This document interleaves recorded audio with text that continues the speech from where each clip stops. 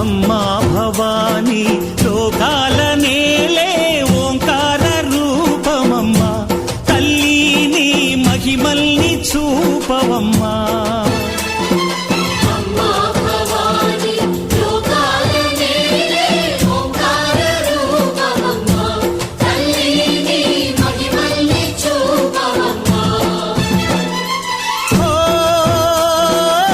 సృష్టికే దీపమా, శక్తికే మూలమా, సింహరథమే నీదమ్మా.